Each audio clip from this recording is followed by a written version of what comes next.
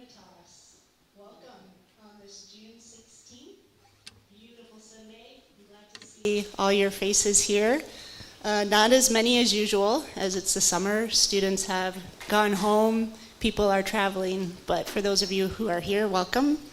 And those of you behind the camera, welcome. We're glad you joined us too. My name is Becky, and before we start, I want to give a shout out to my dad, Bill Arvin, because today in the United States it's Father's Day, and my dad watches Communitas. He doesn't get up to watch it live, but he'll watch it on YouTube. So, Dad, if you're listening, happy Father's Day, little buddy. I love you. So, welcome to Communitas. We are an international community committed to Christ, and we value engagement with God as we praise Him in worship. We value engagement with His Word as we listen to good teaching from the Bible. We value engaging with one another before and after the service.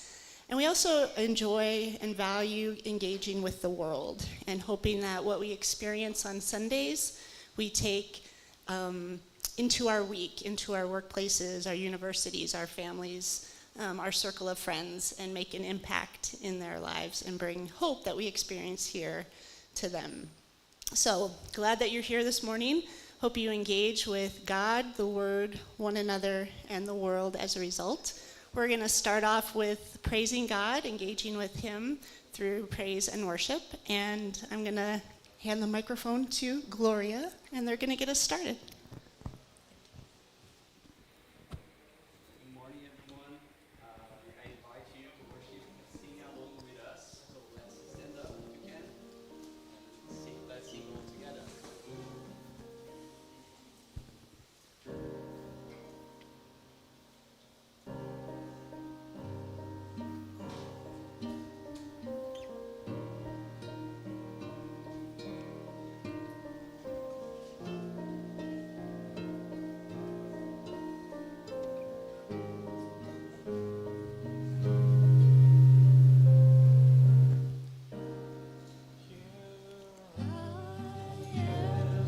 Down on my knees again, surrendering all, surrendering all, and find me here, Lord, as you draw me near, desperate for you,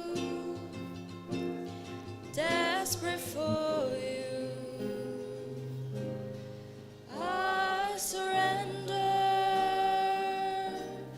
I surrender. I wanna know you more. I wanna know you more. I surrender, I surrender. I wanna know you more. I wanna know you more. Drench my soul as mercy and grace unfold. I hunger and thirst.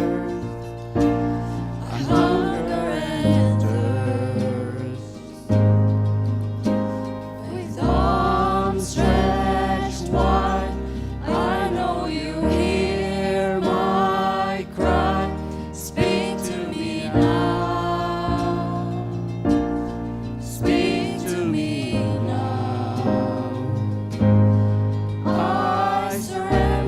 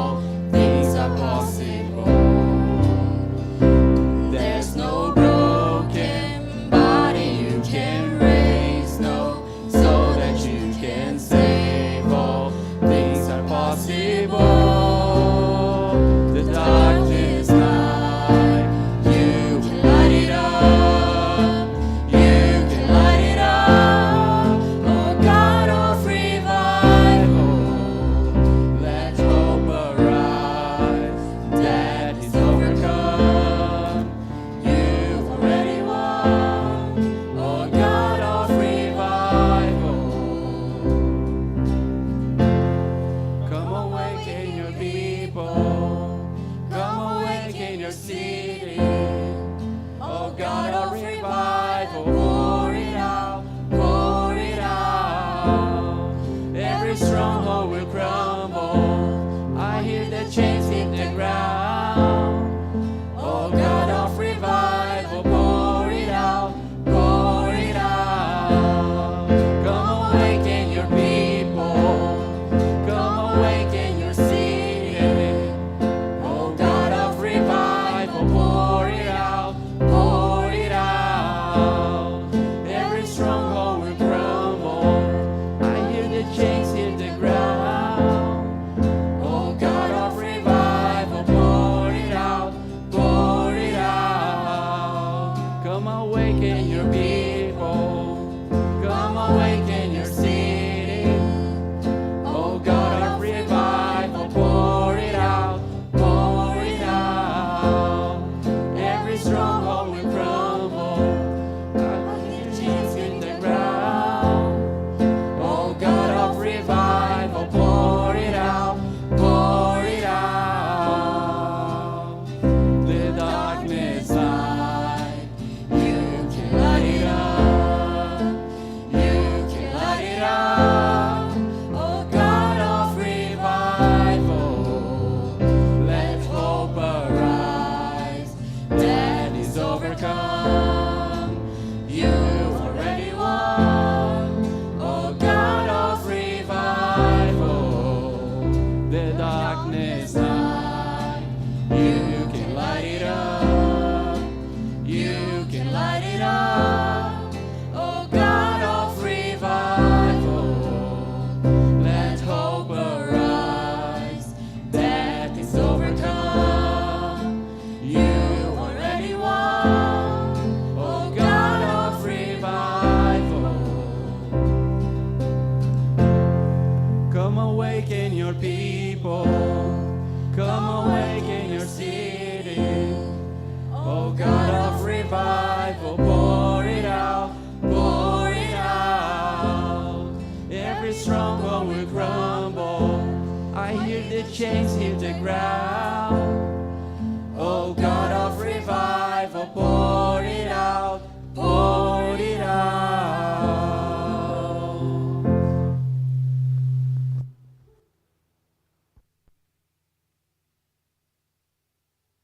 Arturs?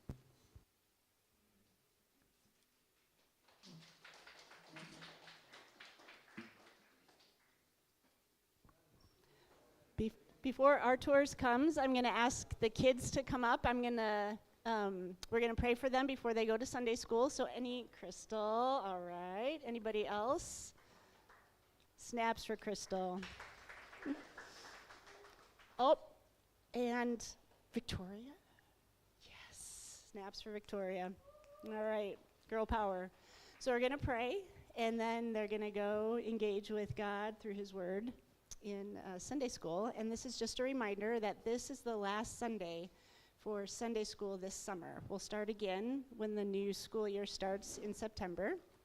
But thank you to Rodona and her crew for taking good care of the kids this semester. Good. And I'm going to ask Arturs, Forshi, would you pray for the kids before they go?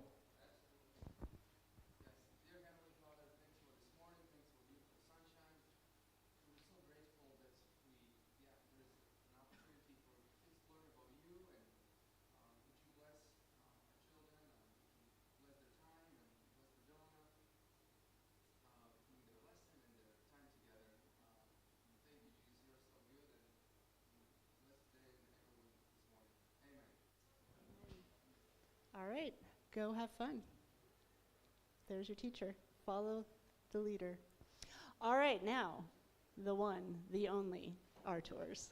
Welcome up.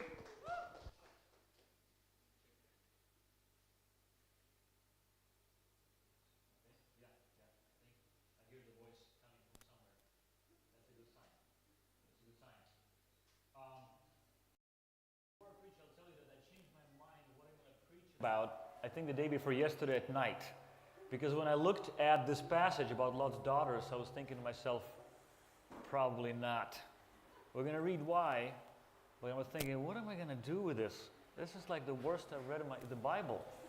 Well, God changed my mind, and you'll understand why. I think I've read chapter 10 to chapter 19 of Genesis for about 12 times.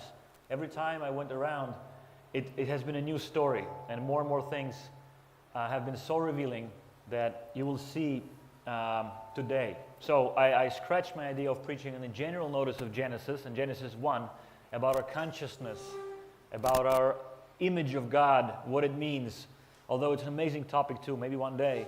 And I decided to stick with this because God has been speaking to me to stick with this, to stick with the Lot's daughters.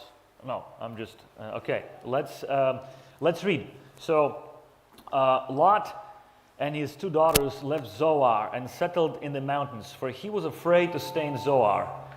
He and his 2 daughters lived in a cave.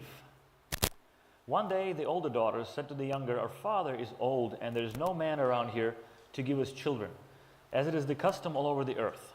Let's get our father to drink wine and then sleep with him, and preserve our family line through our father." That night they got their father to drink wine, and the older daughter went in and slept with him. He was not aware of it when she lay down and when she got up. The next day, the older daughter said to the younger, "Last night I slept with my father. Let's get him to drink wine again tonight. And you go and sleep with him so we can preserve our family line through our father." So they got their father to drink wine that night also. And the younger daughter went in and slept with him. Again, he was not aware of it when she lay down. So both Lot's daughters became pregnant.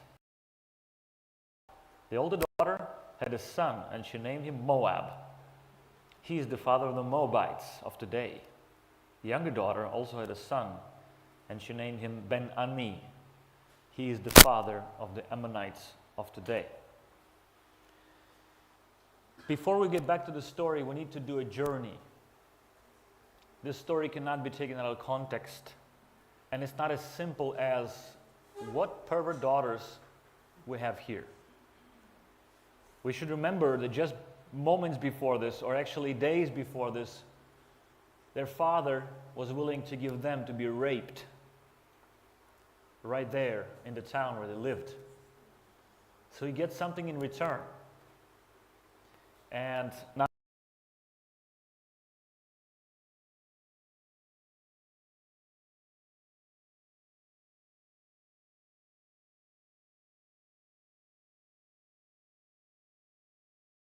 the father who is here lived right next to the promise of God saying, "I will care about you and I will multiply you like stars in heaven." That's to his uncle Abraham.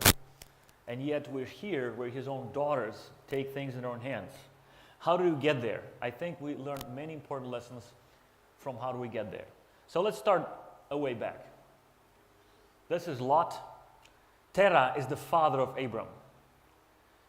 And Abram is the uncle of Lot. Sarai, at that time they were called Abram and Sarai. Sarai is his wife. Lot's wife is never mentioned. And not even mentioned what her name is. I mean, she's mentioned later, you will see, but her name is not revealed. Daughters. But they start the journey from Ur to Haran. And it's not Abram. It's the father who does the journey. It's 1,000 kilometers. 1,000 kilometers on foot with the father through lands of Mesopotamia, which is Babylon at that point, one of the biggest cities.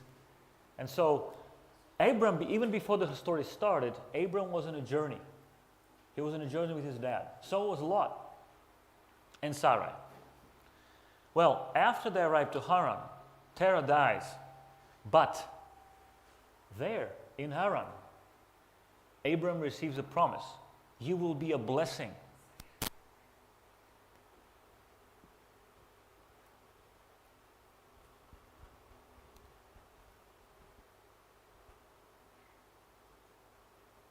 Good? It's good now? Okay. So after in Haran, here's the promise that Abraham receives. you will be a blessing. I will bless those who bless you, and whoever curses you, I will curse. And all peoples on earth will be blessed through you. The first time of those 12 times I read this, like I know this. This is the blessing to Abraham. It's amazing. Is it amazing? Is it? What I saw on my third or fourth time, it is amazing and it's not. Let me explain to you. Maybe it's a little revolutionary or you never heard this. But it seems like it's about the blessing, but it's also about the curse. So it seems like everywhere I go, everything is going to be awesome and I'm going to be blessed. What about those who curse me? God says I will curse them. I don't think those people will be happy. Everywhere Abraham goes, if somebody is not happy with him, if somebody is cursing him, they will not be cursed by Abraham in return. They'll be cursed by God. That's not cool. And especially if you go into a land of people who don't know you, you don't know them, they're hostile. Those things will happen. And so they will be cursed. And so this blessing is a twofold. It's not only everything is going to be awesome, Abram. It's a blessing that entails a part that says life may be difficult. But those who made life difficult for you, life will be difficult for them. But, of course, it's a great blessing. You know, I'm the head of school. And this is the first phrase, you will be a blessing. Just think about it. What is better if somebody tells you, you will be blessed? Ooh. Imagine somebody tells you, you will be a blessing. I don't know if you have a superior, a boss, somebody you work with. And imagine they would say, you know what, I'm going to raise your salary. Is this better than the boss will tell you, I see so much in you, you're going to be so much worth to this company. I know this feeling because when I see people grow, I think, Liga, my wife asked me, what is your greatest like a fulfillment? What is your goal? And as long ago, I understood that my goal is to grow others. As a leader, it's a lot more fulfilling to me, not just the person does something, but I'm like, oh, I see growth. And when I see a person who I can say, you will be a blessing here, it's amazing. It's much better than the result of it. I say, listen, we'll raise your salary. And usually people who are this way, they're not asking for a raise. Those people aren't coming back and saying, listen, you know, see how much I've done. I see what you're doing. Just be patient. But listen, the greatest thing you can do here is be a blessing. And it's really true in companies, in communities. So it's really precious to hear that. And imagine, God doesn't say, I will bless those who you bless. I will curse those who you'll curse. It's kind of, he's putting there and he's saying, just be a blessing. And because you're such a blessing, those who slap you back for that, woo on them. I'm going to deal with it. You don't have to deal with it. Don't worry, you don't have to deal with it. Because you're going to be such a blessing. The paradox, though, is that it's not as easy. It's not like he woke up the next day, haha, I'm a blessing. And by the way, it's not like he didn't even know what the blessing is going to be until a little later when God starts explaining to him. Okay. It's okay. Check. So I'm going to switch this off, yeah? I switch this off, yeah? Now better? Now I have to hold this thing. It's good. Give me something to hold. Anyway, I'm holding on my mic. So basically, this is not as easy, but there's a profound thinking in this, and I'm consciously bringing out maybe some things that I at least didn't think about before, that we tend to view things in the Bible kind of, it's a story, and then God blesses, there's always the other part to it.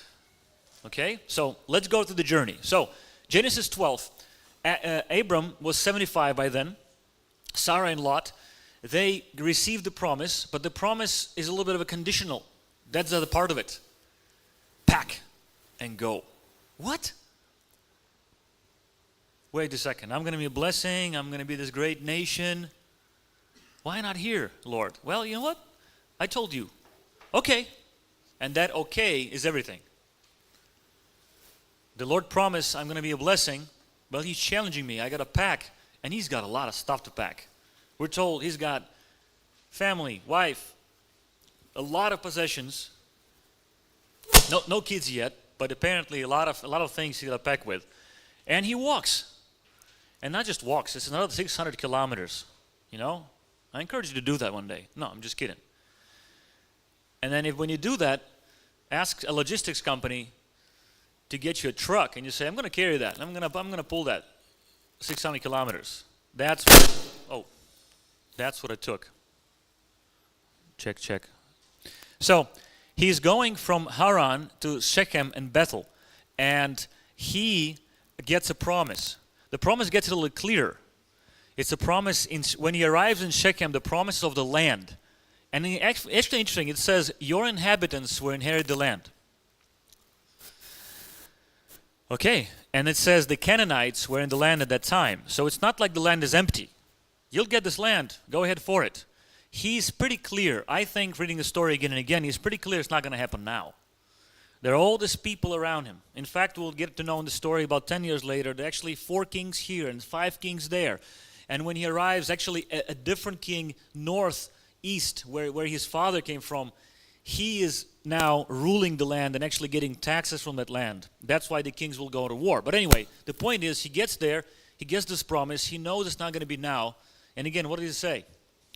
Okay. And not only this, he built an altar. I love the phrase that I think Mark or John put a couple of sermons ago, that Abraham was a person who lived in tents but built altars. If he takes a stone and makes an effort to build an altar, to build a stone structure, it's not going to be a house. He's not settling. But if he's going to build something, he builds altars, because the Lord spoke to him, and the Lord came to him and was there. And so he builds an altar. In fact, an altar is also an orientation point. You will see it's going to be important later. But he built an altar to remember and to look from afar and see that there is something, a structure that reminds him how the Lord spoke to him. Remember, Lord, you told me I'm going to have this land. Bam, I'm going to build something. He then goes to Bethel and builds another altar there. And it says that he called out to the Lord, or he cried out to the Lord, or he called the Lord there. He's having his encounters with God, and he's building altars knowing he's not going to stay in this land as of now. Not yet. Then the Lord appeared to Abram and said, to your offspring, I will give this land. So he built there an altar to the Lord who had appeared to him. This is the verse. He built an altar. Genesis 12. He doesn't stay in the land. He goes to Negev. Negev, I marked an area there. It's actually a deserty area. It's a very deserty area between a quite more greener area, and Sodom and Gomorrah there was very lush green back then. And then between Egypt, which is also because of Nile River, is also very green and fertile land. Between them lies this desert. So the Lord just promised him, this land will be yours, but he goes out to the desert. He lives there for some time. There's a famine. And he goes to Egypt. And in Egypt, something happens. And again, the story in Egypt is typically being viewed as quite one-sided. Well, Abraham made a mistake. He gave his wife and told his wife, Sarah, pretend you're my sister. But I want to challenge his thinking here. Was it completely a mistake? It also was his way to survive. It also was his way to cope. And also we see, was it a blessing or a curse? Was it a blessing or a curse? Because you know what happened? He said his wife is his sister. She was really beautiful. And Pharaoh got her into his household because she was beautiful. But then he got sick. He comes back to Abraham and says, listen, why did you do that? And he says really openly, well, I was scared. My life could be in danger because she's so beautiful. Maybe you'll get me killed and stuff and get her. But he says, no, we got sick because of her. And I don't know why. There are many speculations why I got sick because of her. But the whole thing is, I think the whole point is to ask this question. Remember the first slide we put on there about the blessing and the curse? Well, is it a blessing or a curse? A blessing or a curse? A blessing or a curse? A curse or a blessing? You see what's going through my mind? Because of the wife, he was blessed in the land. It says he was blessed. In fact, after the land, you'll see he's got a lot of silver and gold on top of his possessions. He got a lot of cattle and men and women. He grew larger. He was blessed because of what? Because Pharaoh was nice to him. But why was Pharaoh nice to him? Because he himself gave the wife to him, and Pharaoh says, gosh, I was cursed. So it was blessing to him, a curse to the Pharaoh, and a very ambiguous situation. Can you live with the paradox? It's a big question of life. Look at that picture. Can you live with the paradox? I really believe that in our journeys with God, God is indeed asking us to live with paradoxes. We really long to make it black and white. We really long to settle. I want to settle. And in fact, I'm going to challenge your thinking, because in the gospel, people look for that. I want to settle. Jesus saved me. Amen. What's next? How are we going to live? And I think the journey of Abraham is a journey of our lives. The journey keeps going. You keep going. And in fact, if you don't like to live with a paradox, I'm sorry, you're a little bit in the wrong place. Wrong, Almighty God, you have chosen to come to today. Why? I'm going to explain to you. Was Jesus a man or a God? It was not 50-50. It was fully man, fully God. Is that a paradox? I think so. Are we saved by grace or by works? Well, it's all by grace. Really? No, works are more important. Can you live with the paradox? Abram, I'm going to bless you. I'm going to make you rich and famous, and you're going to have descendants. But you're in a desert now, and there are old people around you. All those people. And it's not going to be tomorrow. When? We'll see. Abram was able to live in the paradox. Not so much, I think. I'm only speculating, I'm sorry. I think not so much Lot. We will see. Not so much Lot's wife. And definitely not as much Lot's daughters. They were not even able to live past the cave existence to understand that, yes, we don't have husbands now. We don't want to live with this paradox. But Abram was able to do it. Let's learn from him. Genesis 13, Egypt to Negev. Again, back to Negev desert. And then back, where? To where he was promised to get land, to Bethel. And there, the separation from Lot happens. And in Hebron, right there, Hebron is also there in the area of Canaan, late of Canaan, is there where he builds another altar. And he encounters the Lord again. But we want to come to Lot's daughters. This is going to be a key moment, this next slide. Sorry, a lot of maps and everything. But you will see how maps and geography matters too. It's amazing what the Bible does. And how the Lord has really communicated his message through this. Look at this. Separation of Abram and Lot. He really said to him, if you remember, he said, you go left, I go right. You go right, I go left. In fact, he shouldn't have said that. He was older. Abram was older. He could say, get out. Go far.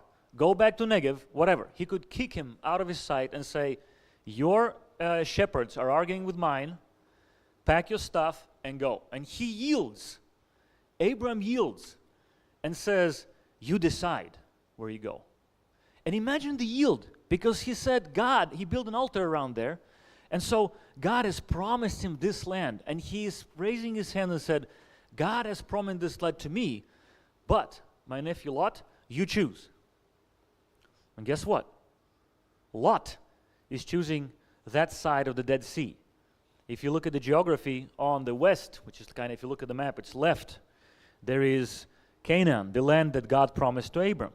And on the right, the east, on the other side of the river, or the other side of the Dead Sea, there is this plot that Lot was looking at.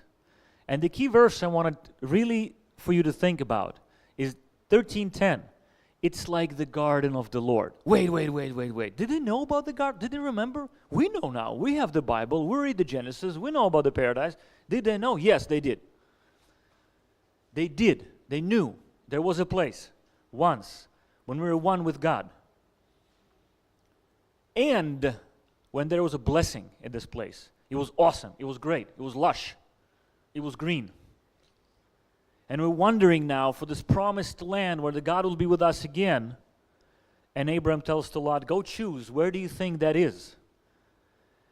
And Lot went out and said, looked around and saw that the whole plain of the Jordan towards Zoar is well watered like the garden of the Lord, like the land of Egypt. He just came back from Egypt, where there's abundance of land. But look, Lot didn't say. He looked around and saw his altar that he built some years ago, where the Lord told him, here's where I'm going to be with you and your people. He saw one part of the blessing, that it's nice and it's lush and it's easy life, because you stick a little thing in the ground and it grows into a tree. He saw that and he longed for that. I want that blessing. I want the green pastures, the green and lush scenery of the Zoar. And there is a little thing in brackets in the Bible. It was before God destroyed Sodom and Gomorrah. I am thinking he did not look for God as much as he looked for the blessing. And Abram's life is very different. That's how we slowly come to the daughters of Lot and the bottom of human existence. Well, what happens next? Genesis 14. Things kind of go south really quickly for Lot there in his new land, because he discovers that he's in the middle. First of all, very important to remember, he first pitched his tent towards Sodom. So just like Abram, he built a tent. Later in the story, we find out he lives in the city. When the three angels that we looked at last time come to visit, he's at the gate of the city, meaning that Lot is already an important man of the town. He's in the parliament. He's ruling the town that is full of sin and full of destruction. He got integrated, lives in the town, and we get approval of this because the angels come to his home. He's got a home in this town instead of a tent on the outskirts. So, but this is important. Why? To the next slides about our journey. The War of the Kings. It's actually a very fascinating story. I actually read it again. First of all, there was a war. When I started reading exactly what was happening, I think it's worth another sermon, how this conflict played out. And again, the blessing or the curse. Because it just happens that 4 kings of the other land who are ruling over this region are coming because the 5 kings of the land who are being ruled, including Sodom, are rebelling. And they go to rebel, but they lose. They just lost. And on top of after this loss, the kings from the other land take Lot and drag him all the way down to Damascus, which is on the borders there. It's north. And and Abram goes and humiliates them. So it's the winners he humiliates with 318 trained men. And by the way, I'm thinking about Lot's household. Gosh, I'm head of school. I have 111 employees. But I definitely don't have 318 trained men who go and get violent. And they're good. It's like a special police force or something. So Abram's possession ability was really amazing. But it's a different topic. What I'm saying is that Abraham goes, rescues Lot in this very interesting political situation. And on the way back in Salem, something really cool happens. It's crazy, actually. Because, why? By the way, Salem, it's a site where Jerusalem will be built sometime, okay? And this place and the latitude, or like where it is, you will see in a second, it's very, very important. He comes back, he is victorious, Abram is victorious, after rescuing Lot. And not only king of Sodom comes out, the king of Sodom comes to negotiate. Listen, you can keep this, but at least give me this. And what Abram does is, I don't want anything of yours. I got so much stuff from those people, but I told myself, and I promised, not even a little piece of sandal that belongs to you, I'll get. So get it all. I don't need you. Just because I don't want to be told that you blessed me, that you financially support me. Why? Let's get back to the promise. Those who bless you will be blessed. Abraham seemingly doesn't want the king of Sodom to be blessed. So he says, I'm not going to take anything from you, and there's no proof. Take everything you you want it. But then some amazing moment happened, you guys. There's this guy, Melchizedek. Where did he come from? This is this guy looking how to build a relationship with God. His name is Abram. We're later reading about him. He's in a land where there's no mention of anyone else building altars, praying. And it says, Melchizedek, king of Salem, brought out bread and wine. He was priest of God Most High, and he blessed Abram, saying, Blessed be Abram by God Most High, creator of heaven and earth, and praise be to God Most High, who delivered your enemies into your hand. Wait a second. A guy who does what? He was actually a king, but he was also a priest of God Most High. There are people who are looking for a relationship with God back then. And because they're looking for a relationship with God, he knows what to do. Does he know about the promise? I don't know. But if he knows the Lord, I think he does. He blesses this man. Why? This man is special. The Lord is with him. I bless him, I'll be blessed, because that's the promise. I bless a person who walks with the Lord, I'll be blessed. He knows what to do. And in fact, he's blessed right away. It's a cycle that is right there. Because what Abram does, he takes 1/10 of everything. That was a lot of stuff he got through that war. He takes 1/10 and gives it to Melchizedek.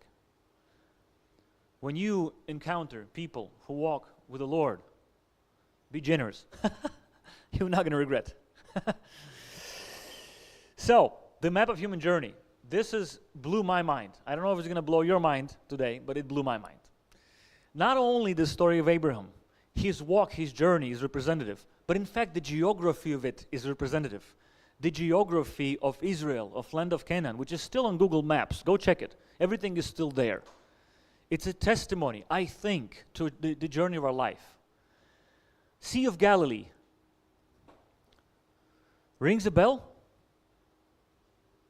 What do you remember about Sea of Galilee? Anyone? Lake of Gennesaret. New Testament. Anyone remembers any stories around that lake?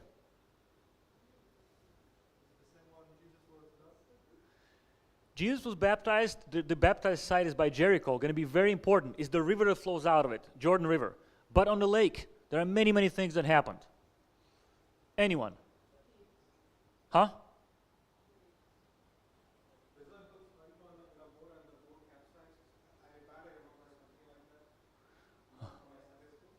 Okay. Think Jesus' life.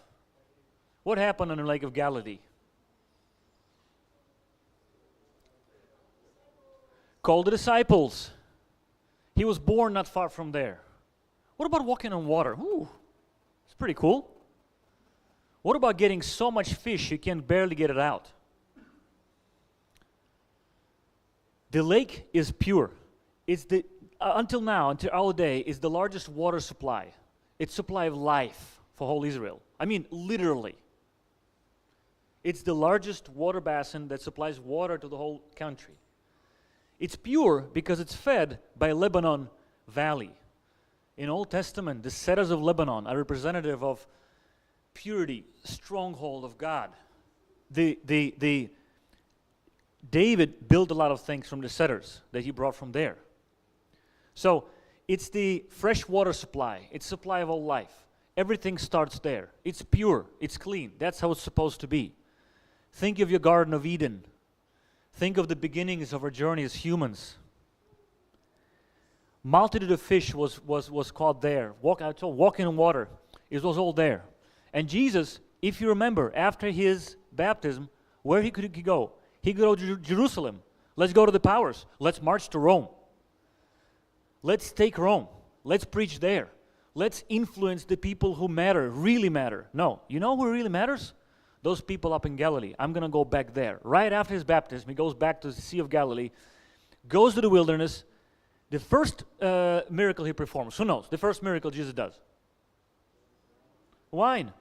Cana is right on this, it's just right there. He goes and turns water into wine there. He chooses his disciples from there. And in fact, back then in Jerusalem, it was still thought, oh my God, those people back there in those outskirts. By the way, they're bordering all those nations and they mixed with them and all this filth. Not like us Pharisees who knows what it is about in Jerusalem here. Those people, he goes to them. He chooses them. But the point is, of our journey, this is the beginning. This is how we start. We start pure. We start with a lot of fresh water. That's how God intended it to be. But if you look at the map again, let's look back 2 slides. It's on top, and then the water flows down. Pretty straight line there. Pretty straight line. It's called the River of Jordan. And the River of Jordan, if you translate Jordan, Yarden, it means descending river. Or some even go, like the tradition in Israel goes to say it's a river of judgment. It flows down. It doesn't flow up. It flows down, and it's our lives, you guys.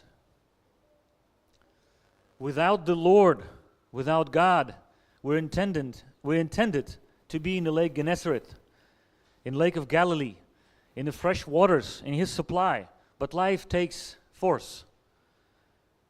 And we're going. And in fact, is it straight, this river? It kind of looks straight on the map, but there are turns. This is our life. Life is not going to be a straight line. It's not going to be a nice carved out basin. Not even a lake. Our life is a river. There's a flow. And if you know, kosher fish that Israelites said you can eat, there's just one distinction that a fish has to have to be considered edible. Who knows what it is? The fish in that river that they caught. When they caught it, they only ate one type of river. It's got to have one thing on it to be able to be eaten. Huh? Close. It's got to be fins. It's got to be able to swim against the flow. You can't resist the flow. It's going to be there. You're destined, but you got to be swimming in it. If not, you're not clean, for sure. And so, Abraham's journey, just like this river of journey of our lives, is full of turns, full of unexpected things. And your journey is as well. And it's fine. You got to accept that. If you don't, you're going to be struggling. Or, if you yield in, you're also going to be struggling. Because the flow is going to take you here. Let's go back to the map. Sorry. Up there, Sea of Galilee. Between River of Jordan. Down there is this. 400 meters below the sea level. Up to this point, the lowest point on earth. The water flows in there, nothing flows out. The salt is so bad, a fish can die there in 10 minutes. You don't swim against the flow, let me tell you, you're definitely going to end up there. Okay, let's say I will. It's a beautiful place, kind of, you see? It's like a lot of resorts there now and everything. You can float. It's awesome. You can float. Whoa, you can swim and float. By the way, you can float, you know? Like after you've been spat out and life has turned you over, please float. Think of Lot's daughters. Floaties. Went with the flow. But the key is not the fins.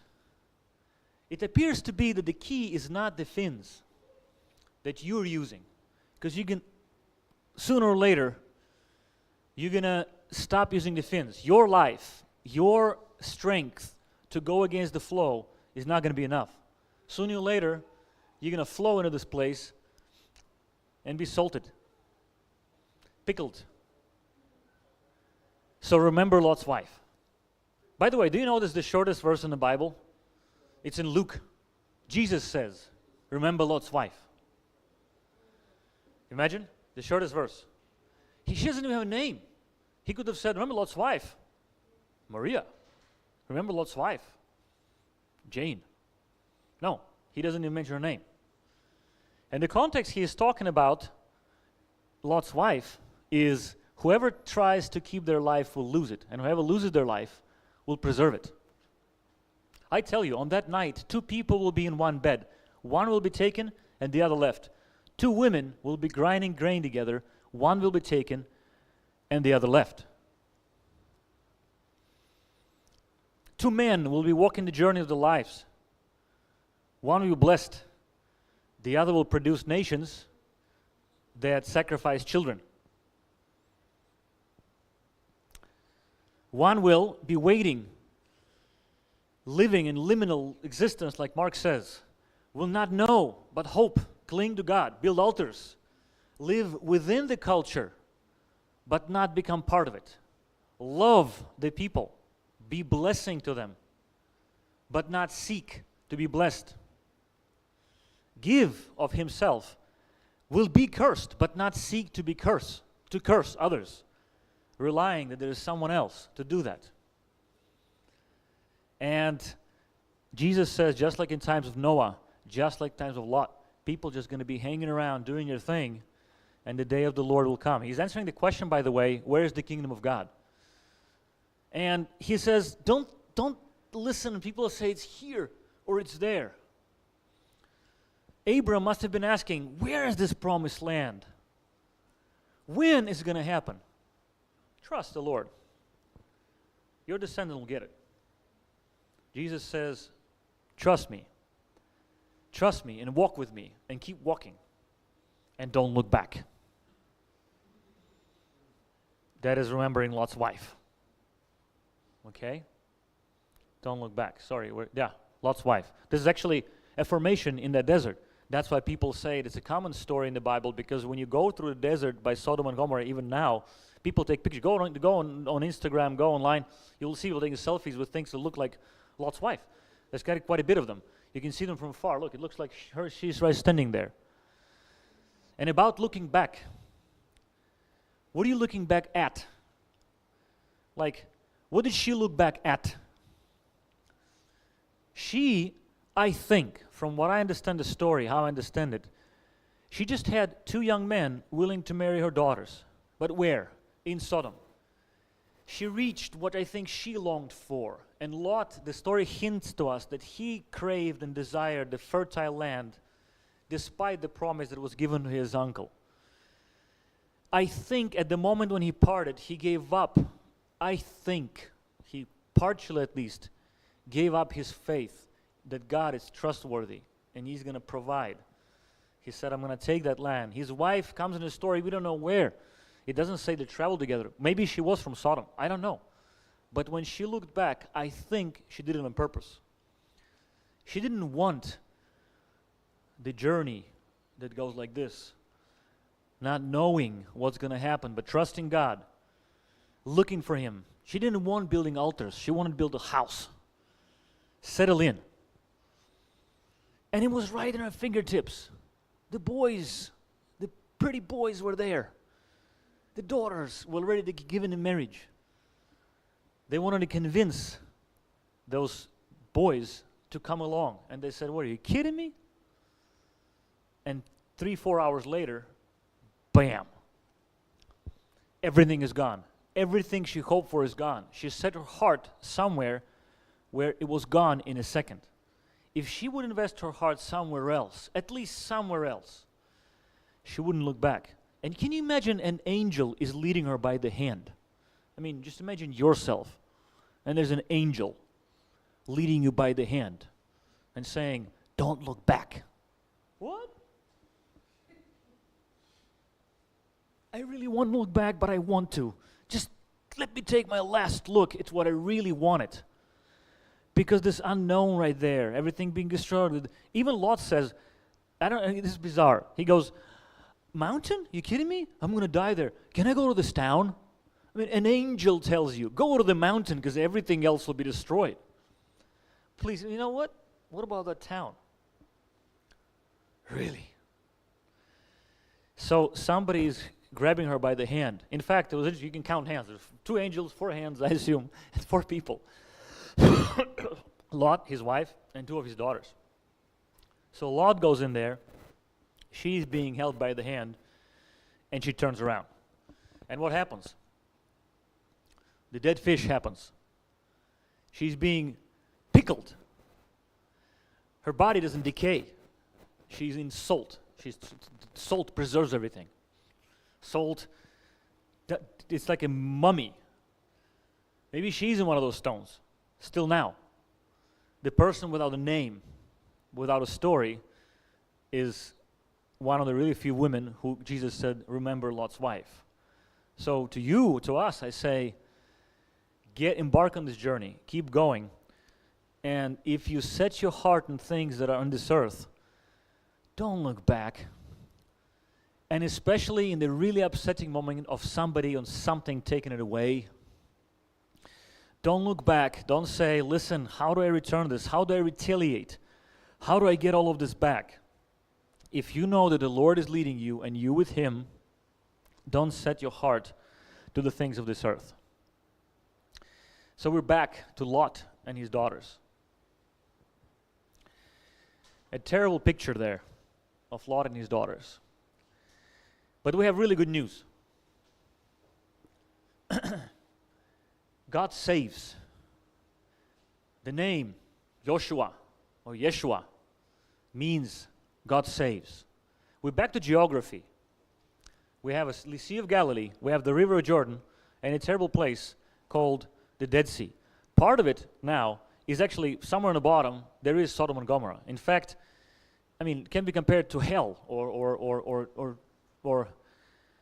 perishment, like eternal condemnation. We're destined for that. We're destined for that. We can swim against the flow, we have fins, we should be strong, but it's not why we're not ending up there, that we are really strong. The message of God is so mysterious, so great, it's still not going to be because of your strength. You do the right thing, but I am the one who saves. And coincidentally and coincidentally not, Jericho, remember Salem, on the same, where Jerusalem is, on the same thing? It's right before that river flows into that place of destruction that was destroyed. By the way, there's theories, I read so much because of this sermon now, but Sodom and Gomorrah, they say there was a lot of gas underneath. Like, there was natural gas. That's why the land was really fertile. There's sulfur. And the volcanic land or whatever, it's really fertile. That's why everything grew in there. But it seems like it was a little bit of a spark coincidence where something like a meteorite may have hit. Well, that's not good. When a meteorite hits the place when it's full of gas, guess what happens?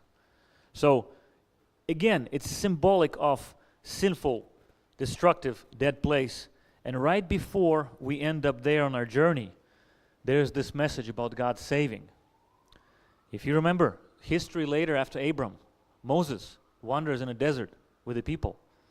And then there's this guy. His name is Joshua, just like the other Joshua guy we know pretty well. What do? They cross the river. How do they do that? As soon as the priest holding the Ark of Covenant, which is representative of Jesus in the Old Testament, step foot into the river, what does it do? It stops. The flow, the never-ending flow, the law of life, that is flowing, and it's not flowing anywhere good if we just simply don't do anything. It stops supernaturally, and the whole people of God walk into the promised land. It's not by their force or their wisdom they walk into the land. It's by the supernatural intervention of God, who once for all says, I am the God who saves. But the coolest news is we're living in a different story now, because this was just an image. Even that was an image. Even this was an image. People thought, oh, this is the coolest thing a God can do. No, He can do a cooler thing. Because coincidentally, not. Right around Jericho, the same spot where Israelites walked across the river, Jesus gets baptized. And when he gets baptized, John the Baptist says, behold the Lamb of God who takes away the sin of the world.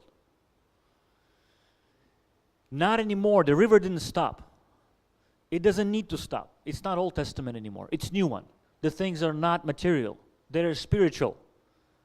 But the flow of your lives, the destructive flow where you going, every one of you and me, are going to destruction and condemnation forever, is being interrupted by this amazing, the most amazing event in history, where the Lamb of God takes the sin of the world and stops that river. You can be sure that that river that will take you to the Dead Sea, it's stopped. You just got to have faith. Living in paradox doesn't go away. That's a little bit of a problem or an adventure. It's not going to be you wake up in the morning not sinning.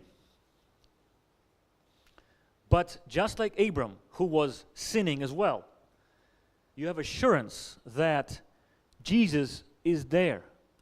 He stopped this flow, and God saves. And with that assurance, even destruction of your most dear, treasured things, possessions, you may still have hope. Persevere. And the coolest thing I want to show you is this. I think it's really phenomenal. Who can guess who are, I'm going to give you a hint because it's really hard, right? But it's Old Testament story. One of the women in the Old Testament story is on the left. She is walking with a lot older woman. Who is that? Ruth. Ruth was a Moabite. A descendant of two daughters sleeping with their father against his will. But Ruth was a grandmother of David. A grandmother of Jesus. This guy. So out of the bitter and even the worst walk of life that you can imagine, there is Jesus' genealogy woven into it. A woman who comes from a nation who sacrificed children. But she was trustworthy. She somehow found a way to find this God.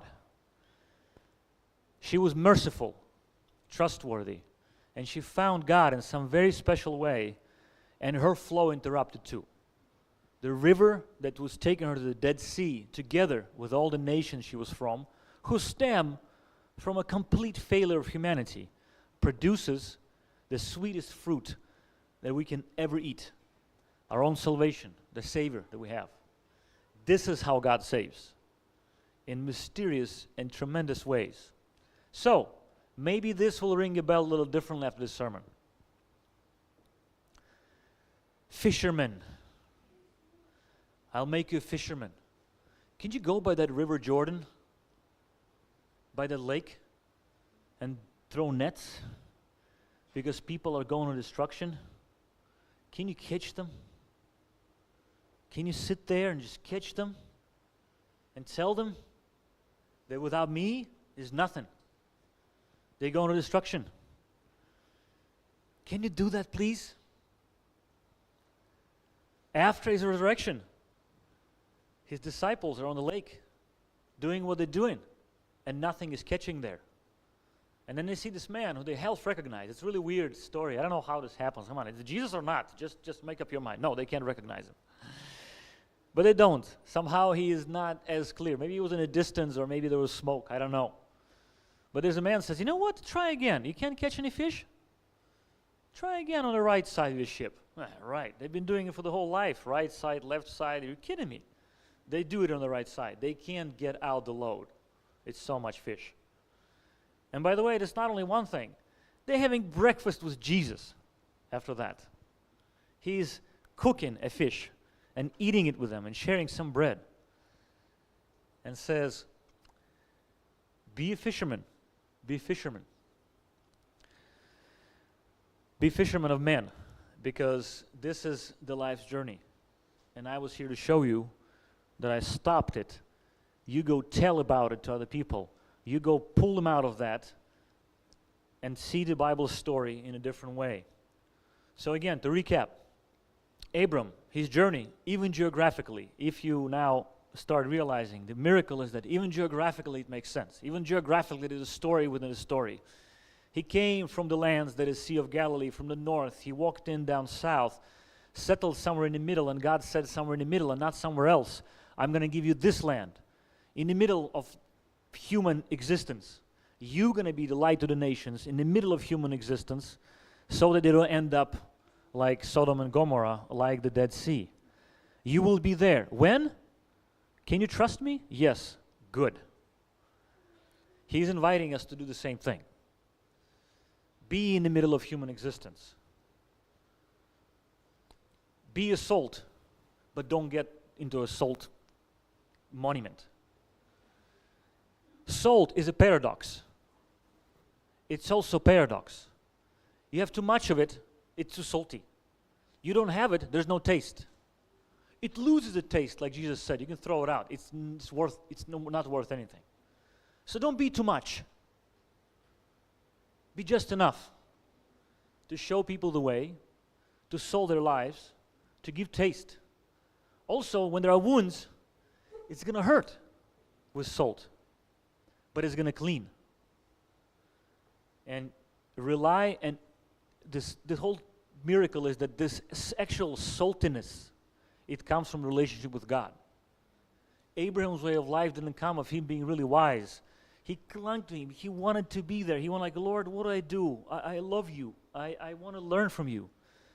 And as I told in the beginning, as an employer or like, I understand God a little bit in a way that it's not about the salary really or how much you're going to get. But you will learn, you will have skill, you will be productive, you'll be a blessing. Isn't it amazing? Because we're in touch. And another thing I'm saying when I'm hiring, I'm having conversation even with nannies and assistants, and I always say, I have little half an hour things with employees, and I always say, one rule I really want to know: if you screw up, tell me. I really want to know. It's much better than you trying to hide. I will know anyway. Time goes by, and you're living your own life apart from me. There's no such thing. Of course, I'm not telling them this way, it'll be freaky. But I'm telling them, if you screw up, tell me. God wants to know you. He sees you, but it's absolutely fine. God, Lord, that was bad. He wants, this is life, just like your spouse or friend. It's a life relationship. And He promised, be a blessing, you'll be blessed. But also, don't take the curse in your hands. I am going to do the curse. That's why salt, I think, to me, is also a paradox. Life is difficult. It's a river that flows through the valleys. You don't know what the next turn is going to bring. You know the end of it is death. I'm sorry. It's true. Face it. Face it, that the end is death. But there's something beyond death because God saves. He promised, I saved already. Seek Him, love Him, and embrace the paradox. Don't be afraid of the paradox. It's kind of this, but it's also that. It's fine. And you'll be blessed, and you'll be blessing to others. Thank you. I invite the worship team again.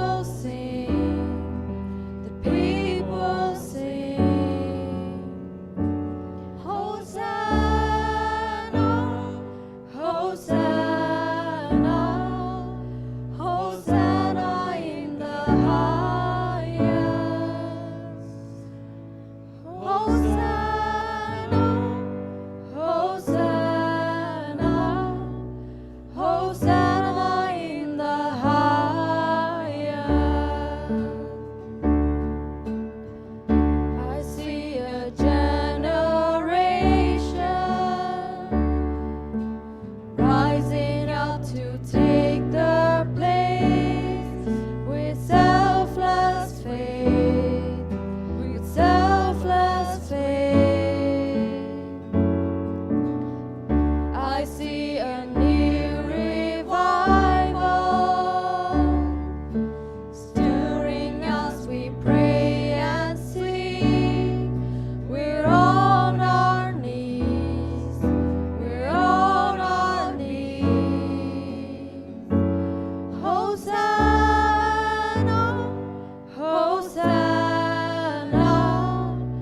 Hosanna in the highest.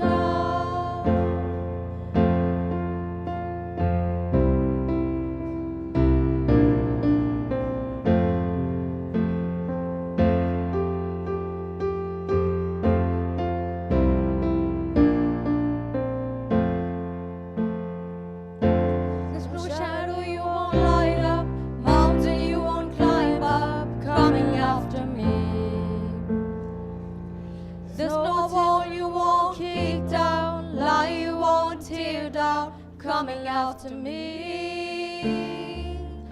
There's no shadow you won't light up, mountain you won't climb up, coming after me. There's no wall you won't kick down, lie you won't tear down, coming after me. There's no shadow you won't light up, mountain you won't climb up, coming after me. There's no wall you won't kick down, lie you won't tear down, coming after me. Oh, the overwhelming, never-ending, reckless love of God. Oh, it chases me down, fights till I'm found, leaves the 99. I couldn't earn it, I don't deserve it, still you give yourself away. Oh, the overwhelming, never-ending, reckless love of God.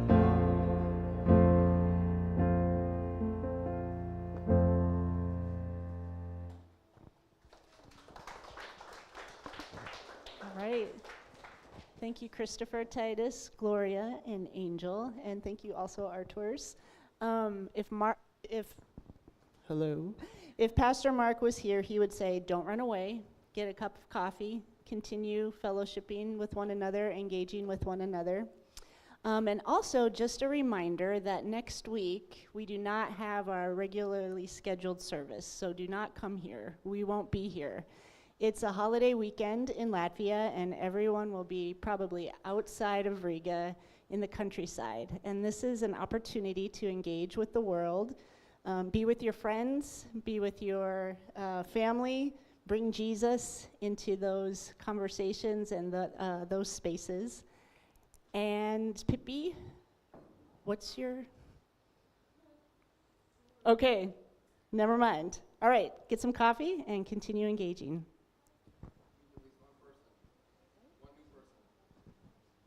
Talk to at least one new person. Intars is volunteering to be that person if you don't know him already. Get to know him. Oh, all right. So we're taking church to Pastor Mark's house. So next Sunday evening at his place, we will be eating shashlik, sitting around a fire, maybe swimming, having good conversations, staying up all night. So Pippi will be there, I will be there. We hope to see you there. And if you want more information about that, check out the Facebook group or talk to me or Pippi or Monica. All right, go meet a person and have coffee.